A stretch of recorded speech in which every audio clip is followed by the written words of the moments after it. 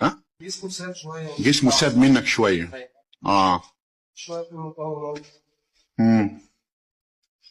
استمريت انت بقى في القصه دي.